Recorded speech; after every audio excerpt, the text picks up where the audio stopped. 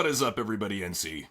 JC and We are back with a Futured Endeavored, and we're talking about spring cleaning and how this is pretty much it figured out how it was going to be. I figured it was going to be like this, that they were going to get rid of a bunch of decent-looking women, that they're going to get rid of a bunch of NXT jobbers, that they're going to get rid of Braun again. Again! Dude, why even fucking hire him back if you're just going to cut him? I knew he was going to job him the hell out ever since he started jobbing him out to Bronson Reed. When he got squashed by Bronson Reed, I'm like, dude, his career's done. He might as well just leave WWE, go to TNA, do something right now. So,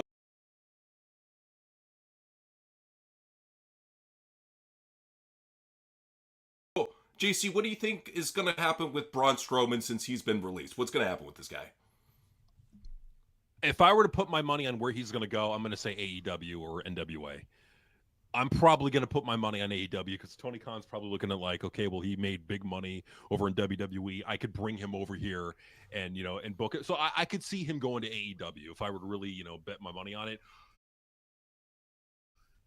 I could also see him going to TNA, but and the thing people got to realize too is TNA does not have they're not made of money the way AEW is. They can't hire. They can't sign everybody.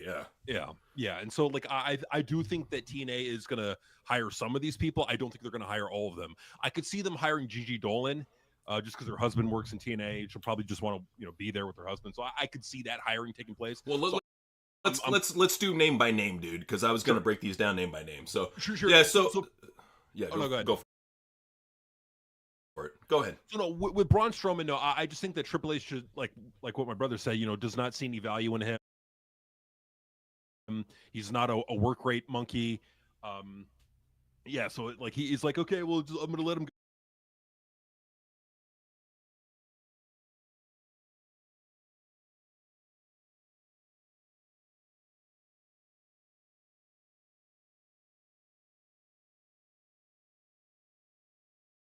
go. And I think that's what this is, and it'll probably end up in AEW if I were to put my money on it. Or we could see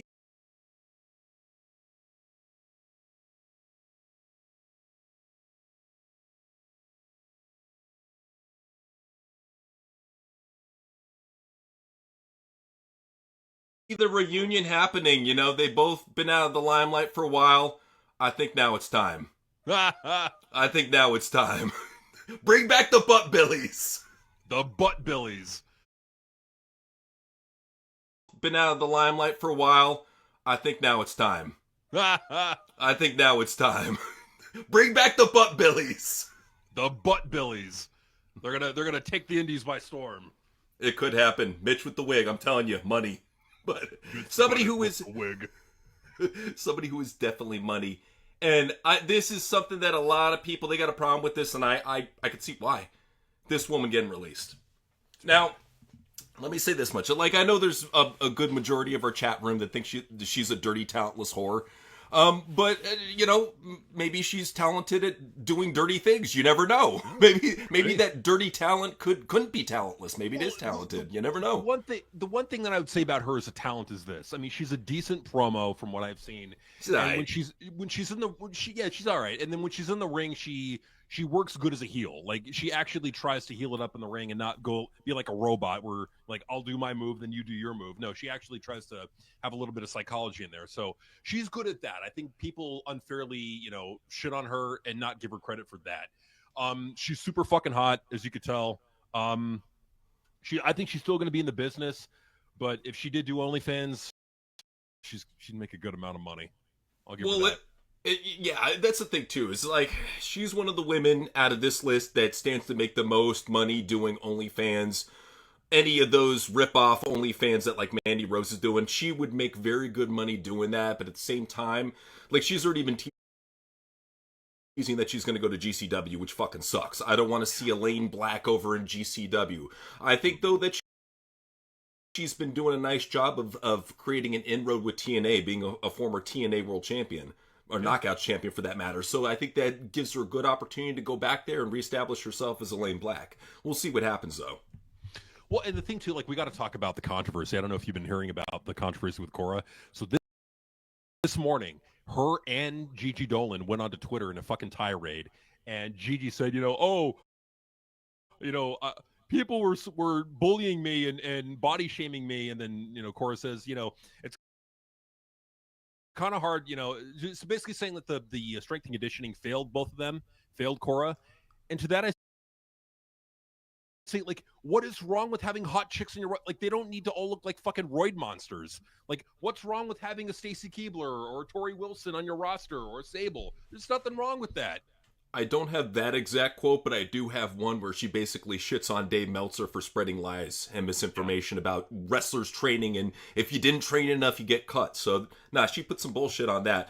But yeah. I will say that Cora, I think, has a good opportunity over in TNA. I think that's her best shot. She can really reinvent herself. Only 24 years old, so she's still got a lot of time to go.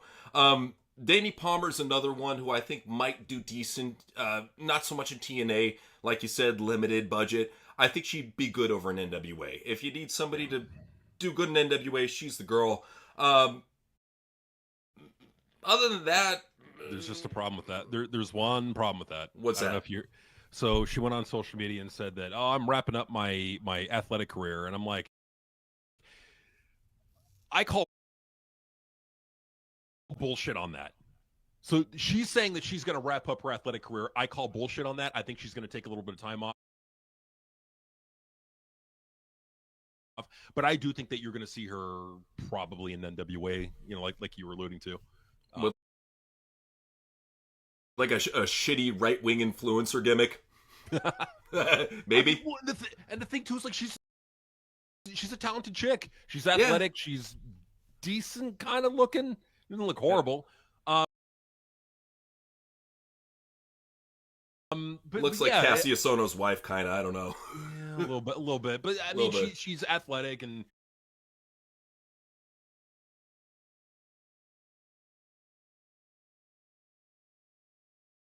she's got some charisma there, so I'll give her that. But it's, I don't like. I'm looking at this list, and to me, it is everything that Triple H hates in women wrestlers. He does not want attractive women on his roster in any way, shape, or form. He wants the Roid Queens. He wants Jordan Grace and Charlotte Flair and Bianca Belair. He wants them to look like they came out of a steroid factory.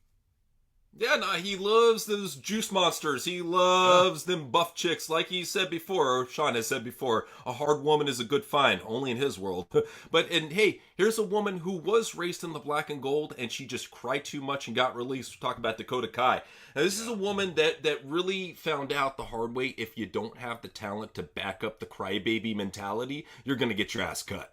It don't matter if you're black and gold darling, because trust me, she's been in all the top women's NXT matches, War Games, title matches, overrated as fucking Damage Control, beloved by the IWC. So this is a woman that will easily find a job somewhere else. Knowing her, she's a hardcore mark, so she's probably going to be doing like some part-time schedule getting beat up in Japanese broom closets, and the other part's going to be like, I don't know, doing nipple slips on Twitch. There's not much for Dakota. I know like maybe she could get signed to a bigger league, but I don't know. I don't see her signing with NWA or AEW.